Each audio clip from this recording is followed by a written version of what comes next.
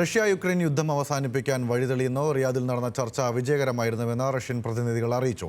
ആവശ്യമെങ്കിൽ Ukraine president Vladimir സെലൻസ്കിയുമായും Putin കൂടിക്കാഴ്ച നടത്തും. വിശദാംശങ്ങളുമായി ഇന്റർനാഷണൽ ഡെസ്കിൽ നിന്നും അശ്വതി വിശ്വനാഥൻ ചേരുന്നുണ്ട്. അശ്വതി, യുദ്ധാവസാനത്തിലേക്കാണോ കാര്യങ്ങൾ നീങ്ങുന്നത്? വിശദാംശങ്ങൾ എന്താണ്?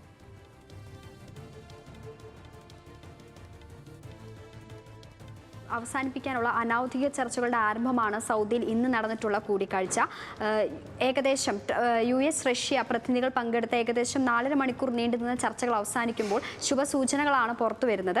ഈ ഒരു ചർച്ച വിജയകരമായിരുന്നുവെന്നാണ് റഷ്യൻ പ്രതിനിധികളുടെ പ്രതികരണം. മാത്രമല്ല, ആവശ്യമെങ്കിൽ യുക്രൈൻ പ്രസിഡന്റ് വ്ളാദിമിർ സെലൻസ്കിയുമായി പുടിൻ കൂടിക്കാഴ്ച നടത്തുമെന്നും റഷ്യൻ പ്രതിനിധികൾ പ്രതികരിച്ചിട്ടുണ്ട്. അതേസമയം US പ്രതിനിധികൾ പറയുന്നത് ട്രംപും പുടിനും തമ്മിലുള്ള കൂടിക്കാഴ്ച തീയതി നിശ്ചയിച്ചിട്ടില്ലെങ്കിലും എത്രയും പെട്ടെന്നുണ്ടാകുമെന്നാണ് US പ്രതിനിധികളുടെ പ്രതികരണം. അതേസമയം ഇവരുടെ ചർച്ചകൾ തുടങ്ങാൻ ഇനി റഷ്യ അമേരിക്ക യുക്രൈൻ യുദ്ധം അവസാനിപ്പിക്കാനുള്ള ചർച്ചകൾ തുടരാൻ ഇനിയൊരു ഉന്നതതല സമിതി യോഗങ്ങളെയും നിയമിക്കുമെന്നുകൂടി US പ്രതിനിധികൾ പറയുന്നുണ്ട്. അതേസമയം എടുത്തു പറയേണ്ട മറ്റൊന്ന്, ഈ ഒരു ചർച്ചയിൽ യുക്രൈൻ പ്രതിനിധികൾ ആരും തന്നെ പങ്കെടുത്തിട്ടില്ല എന്നുള്ളതാണ്.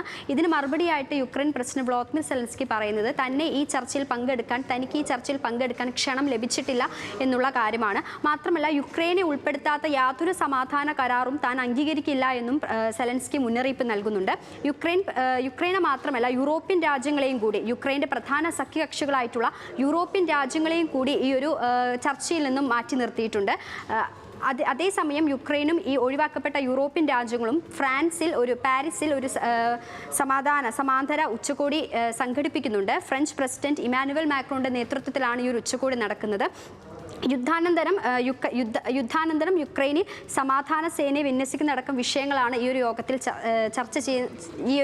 ചർച്ചയാകുന്നത്. ഒരു സമയം അമേരിക്ക റഷ്യൻ ചർച്ചകൾ നടക്കുമ്പോൾ മറുഭാഗത്ത് യുക്രൈനും പ്രധാന സഖ്യകക്ഷികളായിട്ടുള്ള യൂറോപ്യൻ രാജ്യങ്ങളും തമ്മിലുള്ള ചർച്ചയാണ് നടക്കുന്നത്. എന്തൊക്കെയായാലും ഈ ഒരു ചർച്ച അവസാനിക്കുമ്പോൾ സെലൻസ്കിയുടെ തീരുമാനം എന്തായിരിക്കും എന്നുള്ളതാണ് അറിയേണ്ടത്. ഗൗതം. ശരി, അശ്വതിയാണ് വിവരങ്ങൾ നൽകിയത് ഇന്റർനാഷണൽ ഡെസ്കിൽ.